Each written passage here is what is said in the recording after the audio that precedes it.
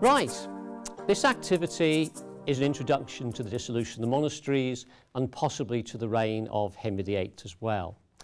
The difficulty with the dissolution of the monasteries is it sounds as if it's an activity about buildings. What it doesn't sound as if it's like is it's about people. And this activity is designed to introduce the people in the monastery, not the buildings. What we see around us here is a monastery, and we're going to people it with your help. So what I'm going to do is ask you, in turn, to come out and take your place in the monastery. Do we have an abbot? Abbot William. Abbot William, Your Grace, Yeah. do come and take your seat. Anybody else here in the abbot's lodgings?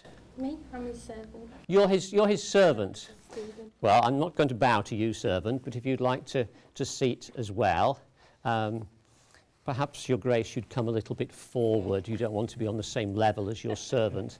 Thank you. Who would we have? Anybody in the infirmary?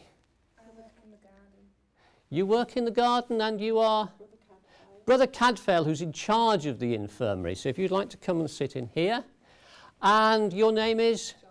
And John, you work in the gardens. If you'd like to come and sit next to Brother Cadfael.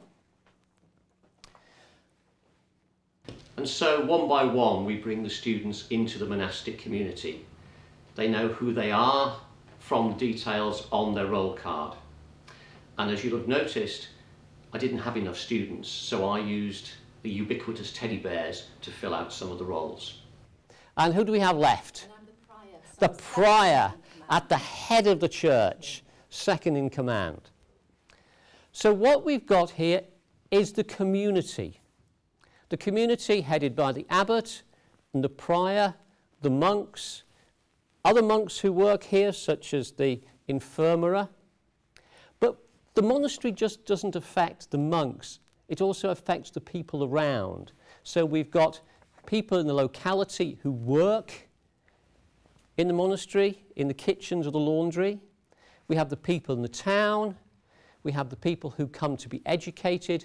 And the Lord of the manor himself has an interest in the monastery.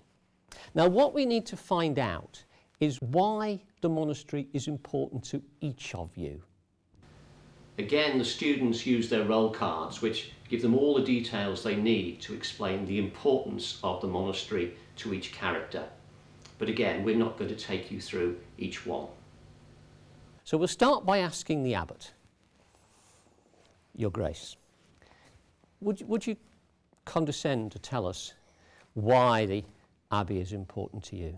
It's just a source of my power. Source of power. Yeah. Do you do any work outside the abbey? Yeah, I'd go down to Parliament a couple of times a year or a month. And the king consults you? Yes. And this is because you are the abbot. You have so much land, wealth and power. Who else should we talk to? Old Meg, a beggar kept alive by the monk's charity. The lord of the manor, the monastery is going to take his problem children off his hands. Cadfael and John, doing God's work by healing the sick. Final one. A lay brother working here. Why is the monastery important to you? It's the place that employs me, it's where my job is at. I look after the clothes and I'm hoping my son can follow me and get a job at the... So in time he will get work as well and it gives you security. Yeah. So there's another different reason. So what we might have been doing while talking and interviewing people is actually compiling a list, and we'd probably end up with a list that looks little bit like this. So that the monastery, for some people there's power. For the abbot's steward, he's rather keen on status of being the abbot's steward.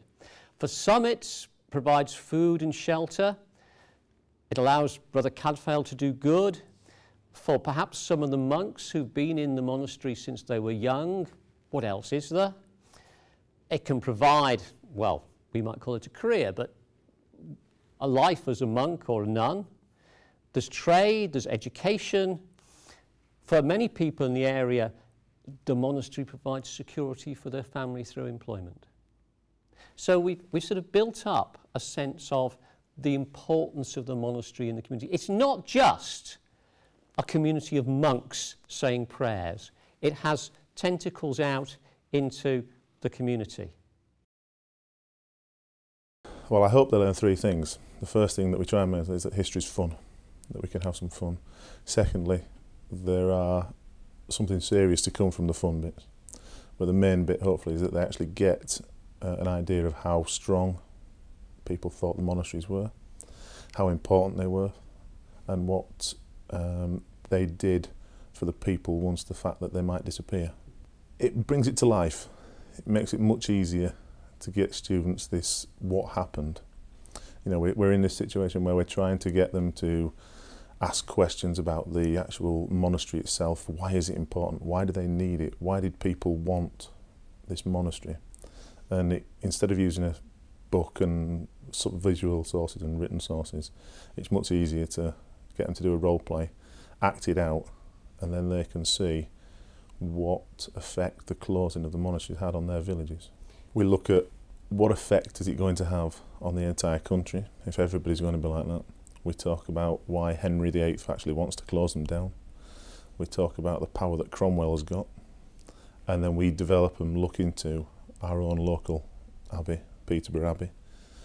And it's quite interesting because Peterborough Abbey actually survived part of the dissolution, and then we look into why they did.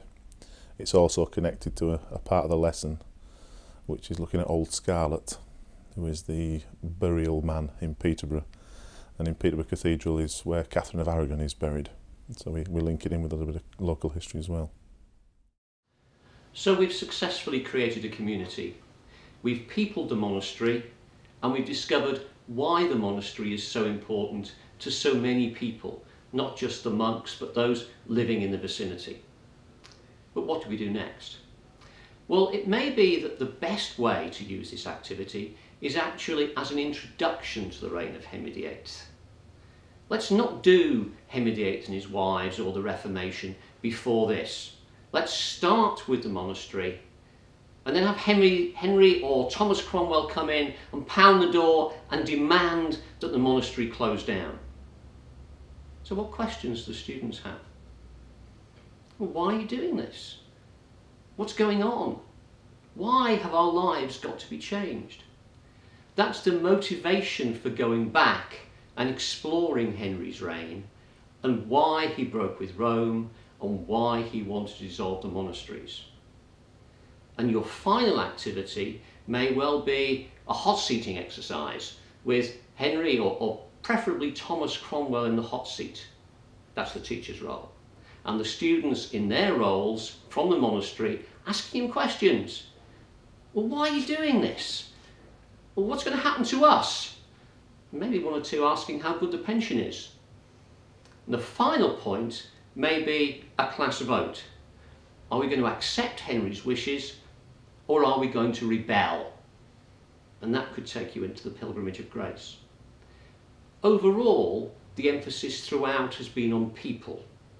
It's very hard to motivate students, whether at year 8 or year 12, by talking about monasteries as buildings, as heaps of old stone. But if we focus on the people, then we really can motivate the students and get them interested in the dissolution of the monasteries.